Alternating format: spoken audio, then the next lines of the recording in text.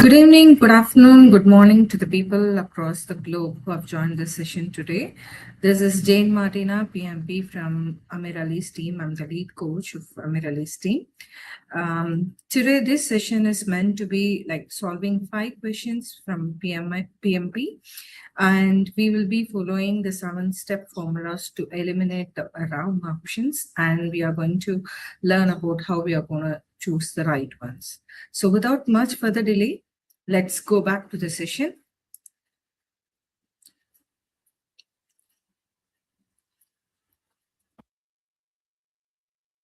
So people who have joined in the live or who are watching in the YouTube, kindly please take note like whether my voice is clear, whether I'm audible, or if anything needs to be done, just kindly put in the comment section.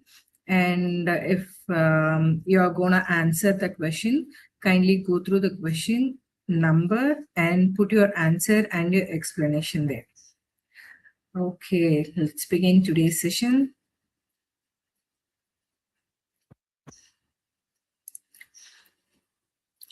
One of team members asked you who is responsible for testing. You refer to him for information on the radiator, which has information about it.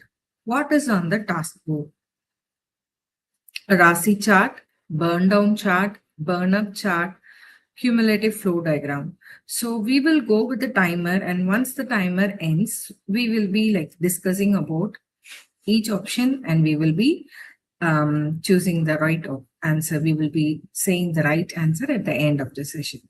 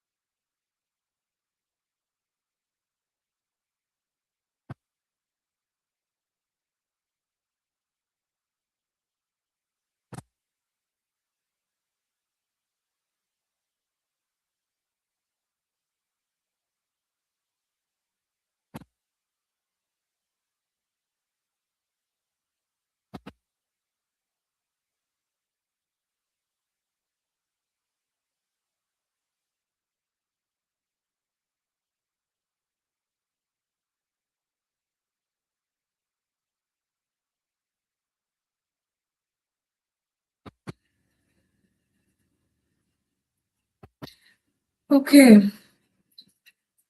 So if you're going back to the options, so we have RASI chart, we have burn down chart, we have burn up chart, and we have cumulative flow diagram. So this question falls under the Agile Software Development Lifecycle, SDLC. And when you just go back to the question, you can see who is responsible for testing. So that means they are showing a chart on the information radiator which talks about it. So among these options, we have to do elimination technique. So is it RASI chart? Yes. Responsible, accountable, consulted, informed. So this chart is right. Okay, which says who is responsible for what activity.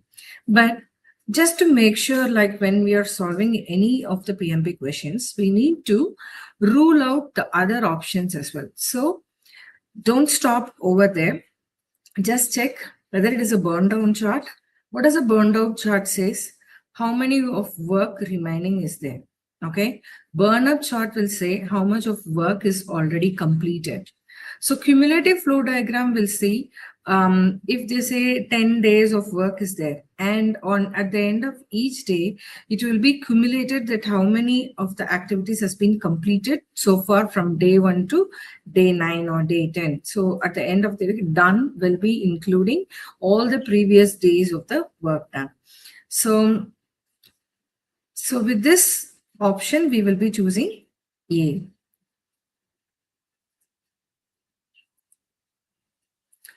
So we are going to the next question. Same, you are managing a large IT project. One of the key stakeholders asked you how much work is remaining in the project. You showed them the information radiator. Which radiator will show this? So we have burn down chart, burn up chart, Kanban board, cumulative flow diagram.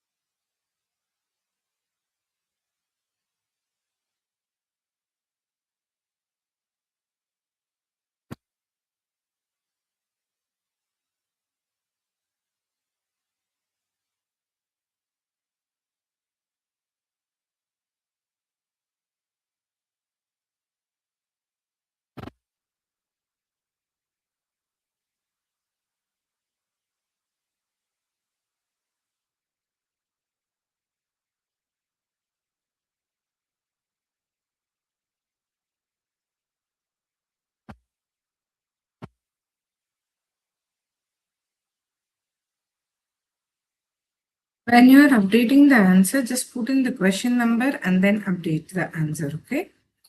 So yes, in the previous question we discussed, okay, right. So burn down chart. So how much of work is remaining will be part of a burn down chart. So in the previous question,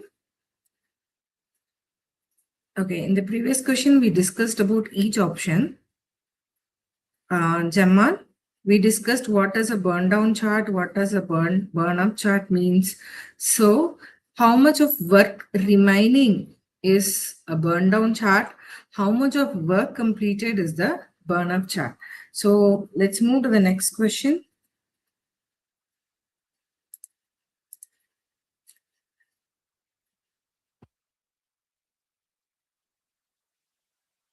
So here work has been done on the project.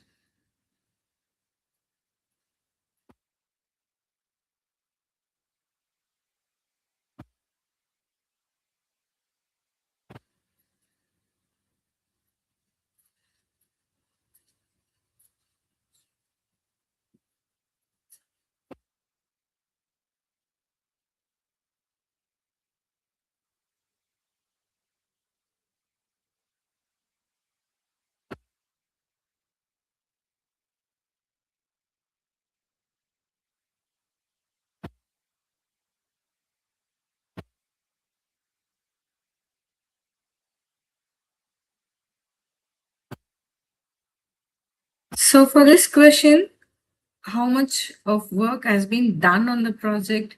It is completed. Work has been done means it's completed. So the answer is burn up chart. Okay. So we are moving on to the fourth question of today's session. So you are managing a large project. You want to identify what is causing the delay in the project. Which information radiator can help you with this?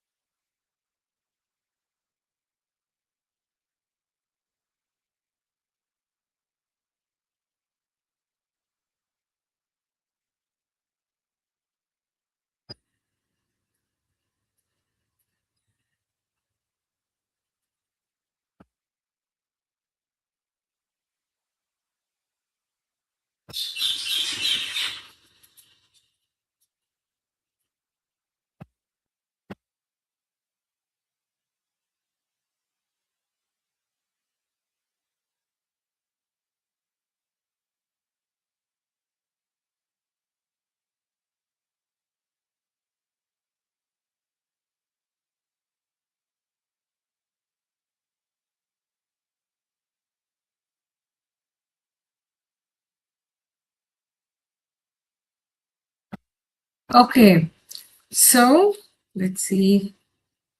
I haven't seen anything updated. The answer for question number 44. So this is to identify the bottleneck or the issue that has been holding on to the delay of the project. So which information radiator can help you with this? So let's go through the elimination technique. It is not burn down chart. It is not burn up chart. We have cumulative flow diagram and Kanban board. So usually what does the Kanban board has? It has the limitation for number of work in progress under each section. So if say we have for different design, then we have for testing, we have coding, and we have completed work there. So let's see, there is a work in progress that is can be limited in coding, testing is like 3 and 4 respectively.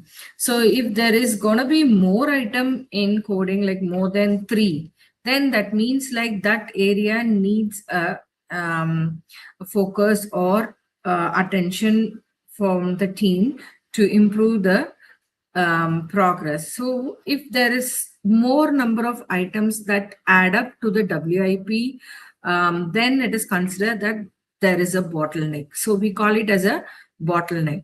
So to identify the bottleneck, we always use Kanban board. So cumulative flow diagram, I said, it will have the consolidated amount of work done for that particular day up to the previous. It will be in form of chart, table format. Okay, how much have been done cumulative.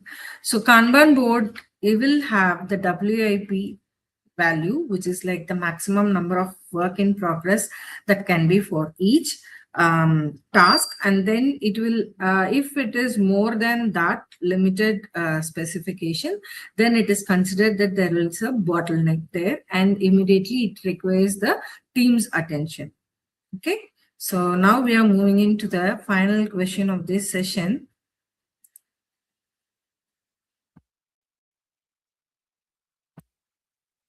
So you are a Scrum Master working on a large Scrum project. The client came to you and shared that the goal of the current sprint is obsolete, and this does not make sense to carry out the work for the sprint. He wants you to cancel it. What will you do? Okay, options are: tell them this is not possible as time and resources have been invested in it already. Cancel the sprint as agile earnest change for the customer advantages. Immediately have a meeting with the product owner, let him decide what can be done. Have a meeting with the team and let the team decide.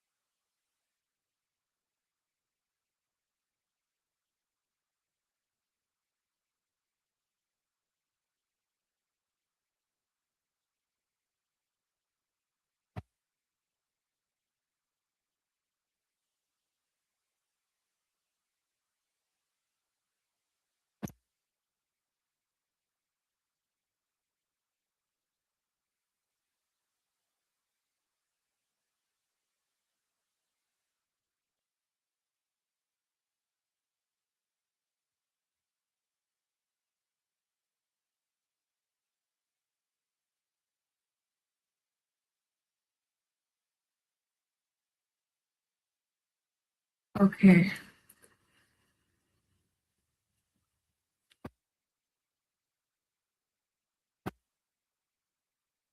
Okay. Right.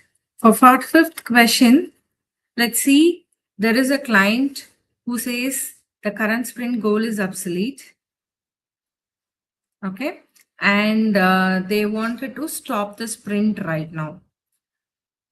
What will you do? That is like it asks in this situation, what does a Scrum Master will do in this case?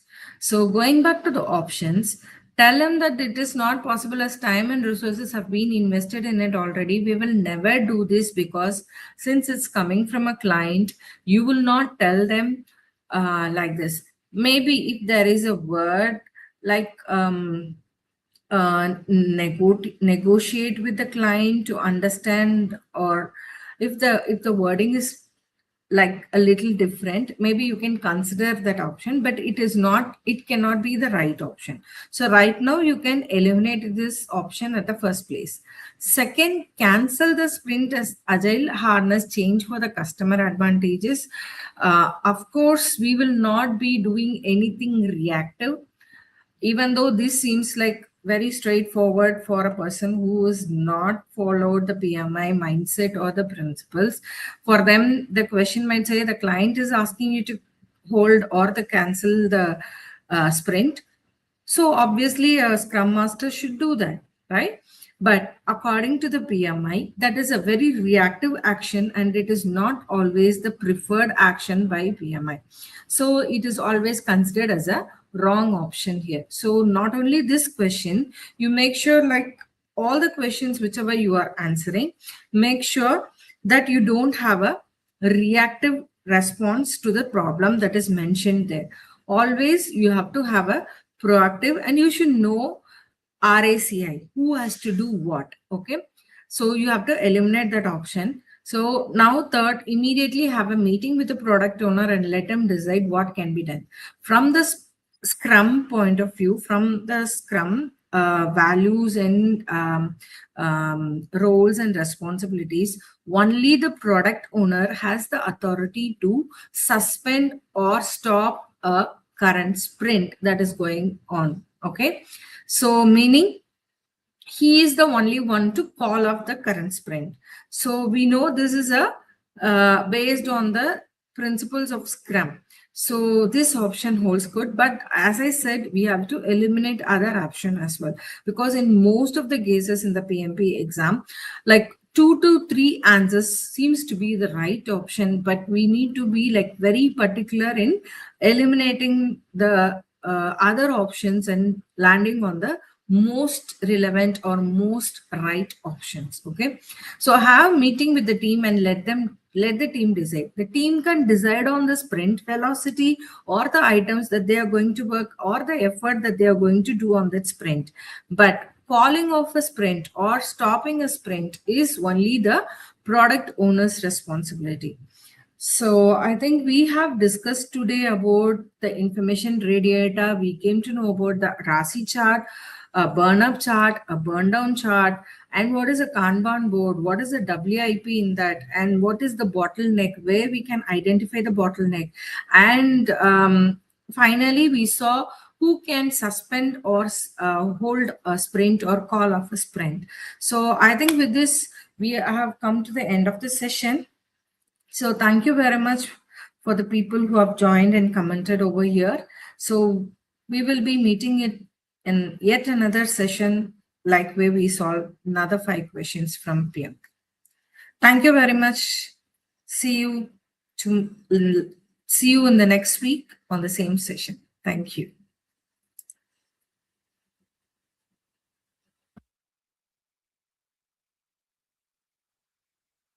I would have not been able to clear the exam if Amir Ali would have not been there. I would have not been. I did not believe that I will be able to clear my PMP within a month. I don't know what to say actually, like I'm kind of like really I got my results and I was above target in all 3 categories. Wow. So